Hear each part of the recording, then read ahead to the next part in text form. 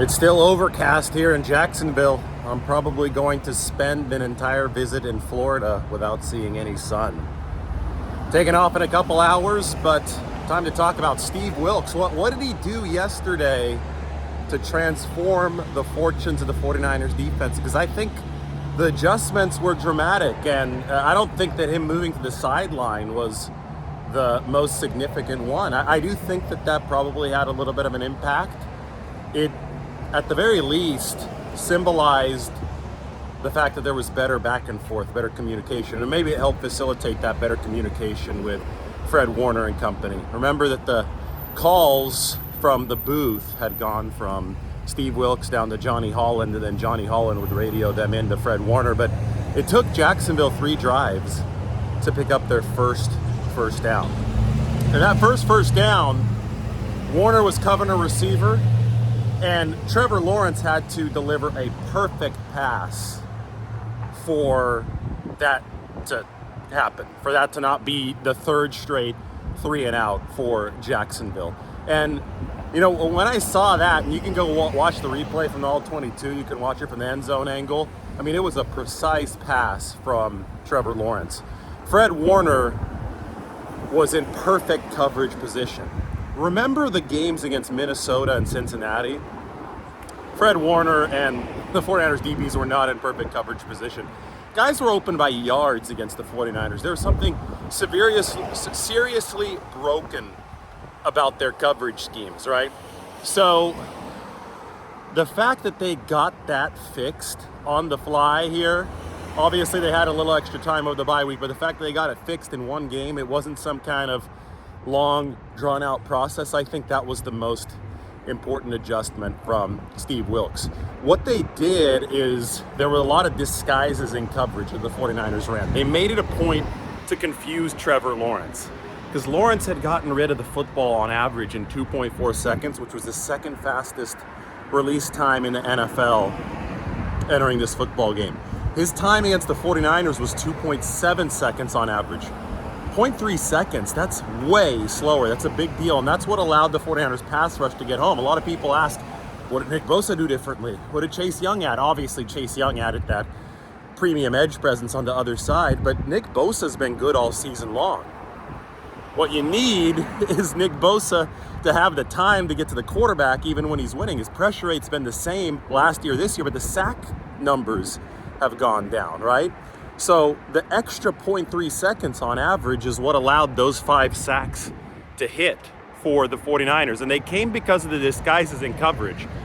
We fixated a lot over the course of the week on man or zone. What should Wilks run more of? Well, what he needs to run more of, and what he did run more of, is the coverages where Trevor Lawrence thought it was zone, but it was man, or Trevor Lawrence thought it was man, but it was zone. That's the ultimate key here, right? You have to create hesitation, create doubt in the opposing quarterback, and I think that Steve Wilks successfully did that. Now, one way that he did that is he improved his change of direction at the ever-important nickelback position. And this wasn't perfect, okay? Deommodore Lenoir played instead of Isaiah Oliver. Lenoir is smaller and shiftier than Isaiah Oliver. For Christian Kirk, who's one of the top targets for Jacksonville, this was the ideal game plan. It's something that I predicted they'd do. I thought they'd move Lenoir into the slot. Now, I thought that they would somehow play more of Isaiah Oliver against Evan Engram, the big tight end, who was actually Jacksonville's leading receiver coming in, but they didn't play as much Oliver, 4 snaps, and they were still able to limit Engram. They didn't limit Christian Kirk all too much. He had 105 receiving yards, but still, I think that they dissuaded Trevor Lawrence from looking his way enough times with Deommodore Lenoir on him. I think that adjustment was enough for the 49ers to get a few extra hitches in this game out of Trevor Lawrence, which led to sacks, which led, obviously, the indecisiveness helped the 49ers' defensive efficiency. Ambry Thomas is the critical element, the critical linking piece if the 49ers want to bring Deommodore Lenoir inside. They tried earlier in the season to do that, right? They tried Diamond Lenore in his slot, Ambry Thomas on the outside, but Ambry was giving up against Arizona. He gave up the big play on the double move. There was a penalty on him earlier in the season. I know the 49ers just didn't seem to have all that much confidence in Ambry earlier in the season. Well, they say that he's been working very well behind the scenes. They were happy with him over this off season in practice, and they're all happy with him in training camp. It didn't directly translate early this season, so the 49ers wanted a little bit more developmental time for Ambry Thomas, but it does seem like he is really playing more physically than ever right now. I talk about his most famous play as a 49er, which was the interception of Matthew Stafford in Week 18, 2021 season to send the 49ers to the playoffs. There was no need to be physical on that play, right? Stafford just overthrew Odell Beckham Jr. and Ambry Thomas made the pick. Good play. You give him credit, clutch play. But yesterday's big play from Ambry Thomas against Christian Kirk was a physical play. It was zone coverage. Christian Kirk had just torched the 49ers with 2 big catches downfield. Jacksonville's trying to get back in the game. It's 20-3. They're right there in the red zone. Tashawn Gibson, who's the 49ers' elder statesman in the secondary, he yells over at Ambry Thomas because the 49ers are lined up in zone. Again, they had been in man on some snaps, zone on some snaps, but he tells Ambry Thomas, okay, we're in zone. Christian Kirk's in front of you. He's going to run this little flat route. Keep your width. Do not let Christian Kirk go around you. Give Ambry Thomas credit for heeding Tashawn Gibson's advice. It's always a good idea to listen to the advice of somebody who has 33 career interceptions. So he heeds his advice. He stays wide. Doesn't play selfish football, good technique-driven football, allows the catch, but keeps it in front of him, and then Ambry goes up and makes what I thought was a defining play so far for him in his career. He strips the football, full contact, strips the football from Christian Kirk. So the criticism on Ambry Thomas had been, oh, he's too weak. There's a lack of physicality here. There wasn't on that play, and then he ran it back 92 yards, and the only reason that it didn't count is because a few 49ers, including Kyle Shanahan, prematurely rushed onto the field.